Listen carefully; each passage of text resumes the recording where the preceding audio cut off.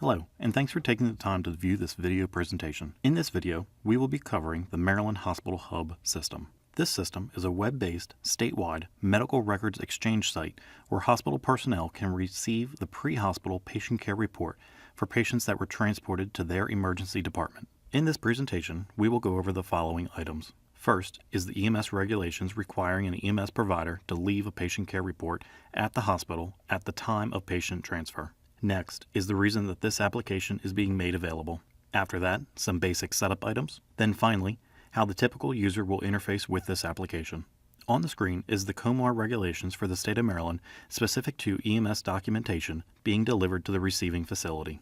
While I will not read the entire regulation, it is important to understand that it does exist and the EMS agencies in Maryland are required to comply with this regulation. It is important to note that according to the regulation, the EMEDS patient care report shall be completed and submitted before the EMS unit leaves the facility if they are able to do so. Should an EMS agency not be able to complete the report, they shall provide documentation of the patient care on the MIMS approved short form and, within 24 hours after the call was dispatched, complete the report.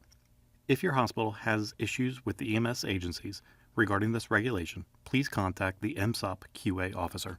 The primary reason Maryland has acquired this application is so that hospitals can obtain access to the patient's electronic patient care report, or EPCR, that the EMS agencies complete. Once an agency posts the patient's PCR, that record is automatically available in the hospital hub for review. The records that you will be able to view are only those records that have your specific hospital listed as the destination in the provider's report. The setup of this application is very basic. To access Hospital Hub, simply bring up the website provided on the screen. I recommend pausing the video here for a few moments in order to write this down. Any browser, such as Internet Explorer, Chrome, or Firefox, can access the site. I'll be using Firefox as my browser program during this presentation. As a note, some of the browser options that I'll be showing may work differently if you are using Internet Explorer or Chrome. However, regardless of which browser program you are using, they'll have the same capabilities. The last thing to mention concerning setup is security. Since most hospitals have security programs in place to control internet access, we highly recommend that you check with your hospital IT department to ensure you use the appropriate internet browser allowed at your facility and that they will allow access to the website as shown. Also, you should check with your hospital IT department concerning how best to set up an icon or bookmark to access this. By creating one of these, you won't have to worry about typing the website each time you want to access it. Having either an icon or bookmark will just make Hospital Hub easier to access. There is one other item I want to mention before we continue. I want to point out that since we are dealing with patient identifiable information, you will notice that some parts of the screen showing the application will be obscured during the presentation. For example, instead of the patient information appearing like this, we'll display it this way. While we do this on purpose to make sure any potential patient information is not compromised, your screens will display all the pertinent information needed. Now let's look at the actual application. With the web browser program already up, I'll launch the application using this bookmark. Once the website is launched, you'll be presented with the System Login screen under the Home tab. Here is where you will enter your username and password. If you do forget your password, simply select this option, enter in the same email address that was entered when your account was set up, and select Send. You will receive an email similar to the one shown here with a link that you can use to reset your password. It is important to note that the link will expire after 24 hours. If you enter in a different email address that was assigned when your account was set up, the Forgot Your Password option will not work. In that case, or if you do not receive the email, you need to contact EMED support to have your password manually reset. To log in, enter the username and password you are given like this and select Submit. The first time you log into the system, you'll be prompted to change your password. The password requirements for the system are that your password must contain a minimum of 8 characters, contain at least one number, one capital letter, and one special character. Examples of special characters would be things like the @ symbol and the %sign, just to name a couple. Finally, your password cannot match any of the previous 5 passwords you used. Every 90 days, you will be asked to change your password for security reasons. Simply enter what you want your new password to be twice and select Change Password to continue with the login process. When the privacy statement comes up, review and select I agree to continue. In case you want to know, if you select I do not agree, the screen will go back to the login screen and you will not be logged into the system. After selecting I agree, the hospital hub comes up. If for some reason you are not taken directly to the hub, you can simply click here to switch your view. Also, if you would like, you can email the eMed support system and request that your default landing page be set to the hub. Once you log in, please take the time to confirm your profile information. At the top right of the screen, click on your name like this. It is important to confirm your first name, last name, and email address are all correct. We ask that your email address be your hospital-assigned account for security reasons. As I mentioned before, if your email address is not correct, then the Forgot Your Password option will not work. To edit your information, click Edit at the bottom of the screen, make the necessary changes, and click Save. The Hospital Hub allows for customization of what is displayed on the screen depending upon how you search for records and what you want to see. For this presentation, I'm going to show the following information, as this is what I will need when I log in to view the hub. If you would like, you can pause the video now to write these fields down as a starting point. When setting your screen up, keep in mind that we need to protect patient information. To change the column seen, I'll select the Settings option here. Note that there are 3 sections shown here. For the printing of records, we'll go over this in a few minutes. Hospital Hub offers 2 ways for records to be viewed. One way is the static view, which is mostly used when searching for specific records. This section contains what information is visible on the screen when using the static view. The other views incoming calls. This view shows a list of records which is based on a specific time frame of information. This screen refreshes every 60 seconds. We do recommend setting up both views to be the same. Under Available, the items listed here are those that can be displayed on the screen. Under Selected, this list shows the list that will be displayed on the screen. To move items from one section to another, simply select the item or items to move and select the appropriate arrow button. Selecting the top button moves everything over from Available to Selected. Likewise, selecting the bottom button moves everything from Selected to Available. The second and third buttons are for moving one or more items between 2 lists. As you can see, my incoming calls view is already set up, but I will need to finish setting up my static view. Let's finish this now. From the list shown here, I can see that I am missing Status, Attachment Count, Attachments, and Primary Impression. From my Available column, I am going to look for these fields and move them over to the Selected box. If you want to move more than one item over, simply press and hold the Control key on your keyboard and select the items you want to move. Once the items are selected, select the second button to move the items over like this. Naturally, you can do the same thing to move items back over to Available by repeating the process of using the Control key and selecting the third button. Now that the specified fields are in the selected box, you need to get them in proper sequence. I simply select the field and use the up-down arrows to place them in the correct order as shown. Now we have everything that was on my list under the selected area, and we have everything that was in that list in the correct sequence. This field labeled Show Last in Hours determines the length of time in hours the PCR will be displayed on the screen when using the incoming patient's view. When using this view, the newest or latest record will be listed at the top of the screen or will be the first record shown when using the tile view. We'll go over both these views in just a bit. The default is 99 hours, but I suggest changing it to 48 hours. To change this, just click in the box and type in the number you want, or use the arrow buttons to adjust. Feel free to pause the video so you can work on setting up any additional columns you wish to display. When you are finished, press the Submit button here and it will take you back to the hub. Now, the information displayed on the screen matches what we just set up. You can see the items listed from left to right, beginning with patient's name and ending with primary impression as listed at the top here.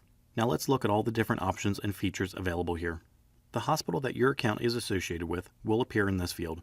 Even though it looks like you can select something by using this down arrow, there is nothing here for you to select unless you are granted access to more than one hospital. The Reset button is used to reset your view from incoming view back to static view. Basically, it stops the auto refresh. The Search option is used to search available patient care reports. I'll select this and show you how it works. We won't go over all these options, but as you can see here, there are quite a few items that can be used to search for records. The date fields are used when you want to enter either a range of dates or a specific date. When you select the calendar icon, you can choose a date by selecting it like this. To switch months, just click on either of these buttons. Naturally, you can always just type in the date you want. The Today button will automatically enter in today's date in the field. The Done button closes the calendar window. As you can see here, the word to is used here to indicate you want to search from one day to another date. These drop-downs contain the criteria you want to use when searching for specific information.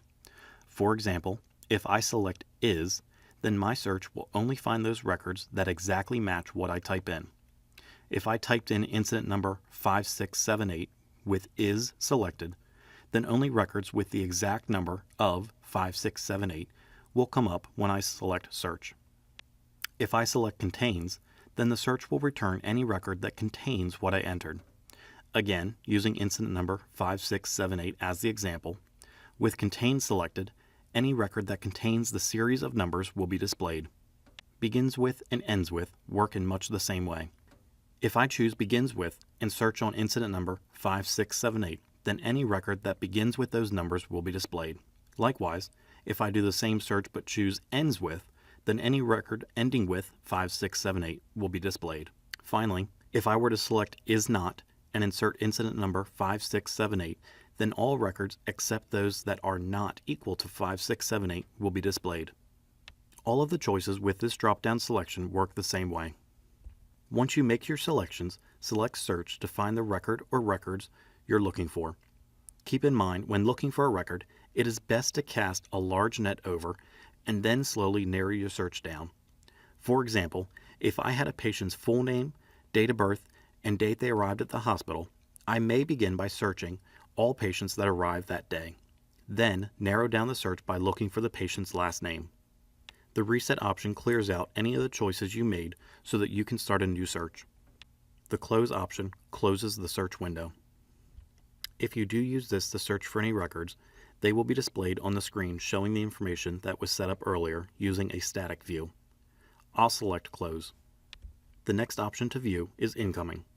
This is the view that we believe most EDs will use. When Incoming is selected, the newest record received will be displayed at the top going down and will only show records in the specified time frame. The time frame used to show these records are based on the hours that we previously set up. Since we chose 48 hours, we will be seeing all records submitted by EMS agencies with the hospital destination that is associated with my account. This information is automatically refreshed every 60 seconds by default. If an EMS agency posts a record to the system prior to arriving at your hospital, that record will come up on the screen. As a reminder, if you want to stop the incoming view and auto-refresh, just select the Reset button. To start back up again, simply select Incoming. The incoming symbol will remain highlighted like this while the view is selected. The next option we will look at is the Print option. This option allows for you to print out the electronic medical record submitted by the agency for either entry into your computer system or to be filed with the patient's medical records. There are a couple different ways to print, and both have their advantages. I'll show you how they work and how best to use them. To print out a single record from either this view or a record that you searched for, click on the print icon on the same row as the record. A second tab will open displaying the medical record. Notice here that I have obscured any patient identifiable information. At this point, you can use the browser's print option to print the record, or you can save the PDF copy of the record to move into the hospital medical record system if you are allowed to do so. To close this, just close the tab at the top. If you want to print out several records at once, press and hold the Control key on your keyboard and then select the records that you want to print like this. Once selected, click on the Print button at the top and all records will be displayed in the second tab that opens up. As I did previously, I have obscured any patient identifiable information on the screen. Once the second tab opens up, as I did before, use the browser's print options to print out all the records that were selected. Once the records are printed, I'll close the tab out. One other item to notice is that there is a count next to each print icon on the record. This count tracks the number of times a record has been printed. The Logs option allows you to see any activity that has occurred in regards to when and how often the record was updated. This only works when you select a single record. To demonstrate, First, I'll select this record, which is now highlighted. Now I'll select the Logs option. Here you can see when the record was created and posted to the state system. In the area that was obscured, the patient's name and incident number would be shown. To close out this view, use the Close button here. The attachment option works in two ways. First, you have this option available on each record.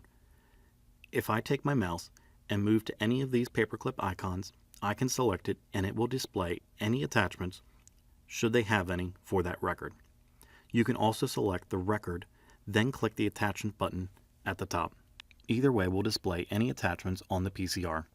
Since we chose to add the attachments count to the information shown on the display, you can tell ahead of time if a record has any attachments without having to actually open it.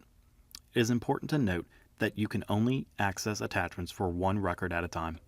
The outcome option may not be turned on at this time, but allows you to bring up any record and enter in outcome information. This information will update the EMS agency's record, which will allow them to view the outcome data.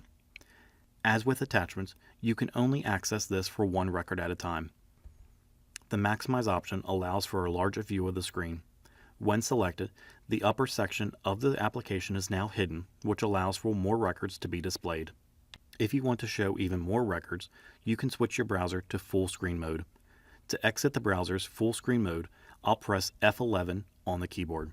Again, I'm using Firefox, so this option may vary based on your browser program and your network security permissions. These options control how the records are displayed on the screen. Currently, we have a list view with the latest record listed at the top. If I select this option, the screen changes to grid view with the latest record listed at the top left. In the grid view, the records are listed from left to right, top down, in order of the arrival date. If you decide to use this view, it is important to note that only the first 5 items we had set up to be displayed on the screen will be shown here. Notice that everything we had listed after gender is no longer visible. Selecting a record and all the options we went over earlier will work the same way when using the grid view. Use this option to log out of the system. Just select it and you will be logged out. While some people may just select the red X in the top right corner of the screen to close out the browser-based program, we always recommend using the logout option to make sure everything closes correctly.